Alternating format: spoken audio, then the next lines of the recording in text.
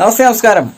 അപ്പോൾ ബിഗ് ബോസിൽ വലിയൊരു മാജിക് കാണുന്നുണ്ടെന്നില്ല. കാരണം ഓഡിഷൻ, അതായത് ജിത്തു ജോസഫും ആന്റണി പെരുമ്പാവൂരും കൂടി ഒരു വലിയൊരു ഓഡിഷൻ നടത്തിയിട്ടുണ്ട്. തീർച്ചയായിട്ടും ബിഗ് ബോസ് ഹൗസിൽ വലിയൊരു മാജിക് എന്ന് തന്നെ വേണമെങ്കിൽ പറയാം. കാരണം പുതിയ ചിത്രത്തിലേക്ക് ഒരു ഓഡിഷൻ നടത്താമെന്ന് പറയുന്നത് നിസ്സാര കാര്യമല്ല. അതുമാത്രമല്ല, ഇതിനകത്ത് ഓരോ കണ്ടസ്റ്റൻസിനും അവസരമാണ്. അതിലാര് സെലക്ട് ആവും എന്നുള്ളൊരു കട്ട വെയിറ്റിങ്ങിലാണ് നമ്മൾ ഓരോ പ്രേക്ഷകരും.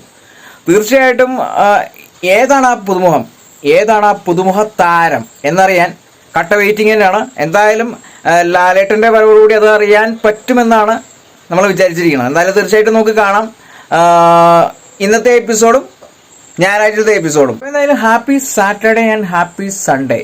തീർച്ചയായിട്ടും ഓരോ കണ്ടസ്റ്റൻസിനെയും നമ്മൾ മനസ്സിലേക്ക് ആവാഹിച്ചിട്ട് അവർക്ക് ഓരോ കഥാപാത്രങ്ങൾ ചെയ്താൽ എങ്ങനെയുണ്ടാവും എന്നുള്ളത് ഈ ഓരോ എപ്പിസോഡും കണ്ടപ്പോൾ നമുക്ക് മനസ്സിലായതാണ്. തീർച്ചയായിട്ടും നല്ലൊരു സിനിമയുടെ ഭാഗമാവാൻ സാധിക്കുക അതൊരു വലിയൊരു ഭാഗ്യം തന്നെയാണ്. അത് മാത്രമല്ല, ജിത്തു ജോസഫിന്റെ ഒരു സിനിമയിൽ എന്ന് പറഞ്ഞാൽ വളരെ വലിയ ഭാഗ്യമാണ്. എന്തായാലും ജിത്തു ജോസഫിന്റെ ആന്റണി പെരുമ്പാവൂരിനെ കള്ളച്ചിരി കണ്ടാൽ അറിയാം, നല്ലൊരു കഥാപാത്രത്തെ ഉൾക്കൊള്ളാൻ കഴിയുന്ന നല്ലൊരു ആക്ടറെയാണ് സെലക്ട് ചെയ്തിരിക്കുന്നത്. തീർച്ചയായിട്ടും നമുക്ക് കാത്തിരിക്കാം ആ ഒരു എപ്പിസോഡിന് വേണ്ടി. ആന്റണി പെരുമ്പാവൂരും ജിത്തു ജോസഫും നടത്തിയിരിക്കുന്ന ഈ ഓഡീഷന്റെ ഒരു മാജിക്, അതായത് പുതിയ ഒരു താരത്തെ തിരഞ്ഞെടുക്കാനുള്ള ഈ ഒരു ഓഡീഷൻ, എന്തായാലും പ്രേക്ഷകർ കട്ട വെയിറ്റിംഗ് തന്നെയാണ്.